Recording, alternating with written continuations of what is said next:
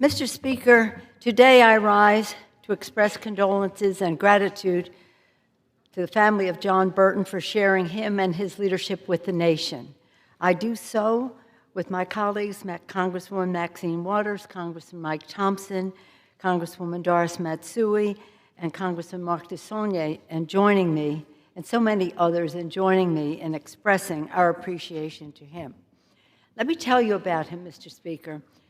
Working Families has lost one of the most outspoken and ferocious and unyielding champions our nation has ever seen.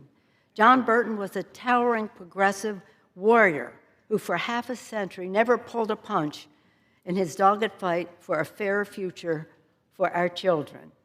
Paul and I are heartbroken to hear of his passing, as he was my longtime mentor, close confidant, and dear friend. All who knew John knew that behind his sometimes profanity-laden language was a profound, progressive voice for how to make real the promise of America. As I wrote in the foreword in his memoir, his book was called I Yell Because I Care. John yelled a lot because he cared a lot, especially about our most vulnerable neighbors. He dreamed of a city without homelessness or hunger, a society dedicated to full equality, no matter who you are, who you love, an economy where every working family could succeed, a world at peace where every child could reach his or her fulfillment.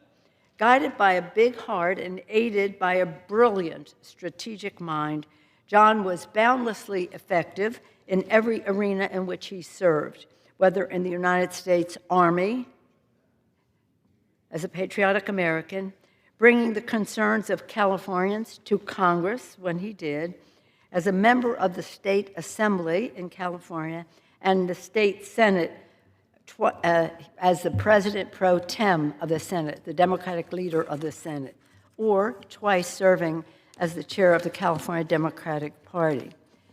He cultivated his friendships in politics, the music, and the community, and sports, nurturing deep decades of long relationships and always engaging new people. Personally, I will always be grateful to John for managing my very first campaign for Congress in 1987 to fill the seat that belonged first to his brother Philip and then to his sister-in-law Sala. Someone just sent me this thing. When we were in the Speaker's private office right before I was sworn in, John had felt overwhelmed and just left. Speaker Wright wouldn't start the ceremony without him, because whether it was for Congress or the Assembly or the State Senate, the people who served with John knew the power of his legacy even more than he sometimes realized.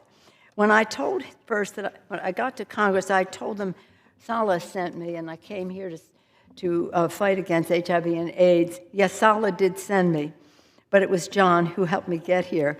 My campaign promise was a voice that will be heard. You can just imagine how he savored that when I became Speaker of the House. But enough about me. Back to John.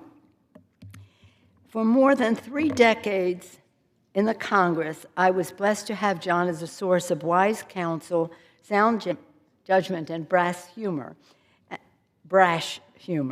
And he always served as a constant reinvigoration of my inspiration to carry on the fight for the people. It is fitting that the legacy of this legendary liberal lion will live on in our state in so many ways, from the work of his foundation to end child homelessness, especially among homeless foster children, to a strengthened California Democratic Party fighting for our values, to a new highway that was named for him to ensure future generations will know his name. May it be a comfort to John's beloved daughter, Kimmy as we call her, grandchildren, Juanito and Mikala, and all of his loved ones that in our state, and indeed the entire nation, join his family, in mourning him during this sad time. We all want John to rest in peace. I yield back, Mr. Speaker. The gentleman yields. The chair will receive a message. Mr. Speaker.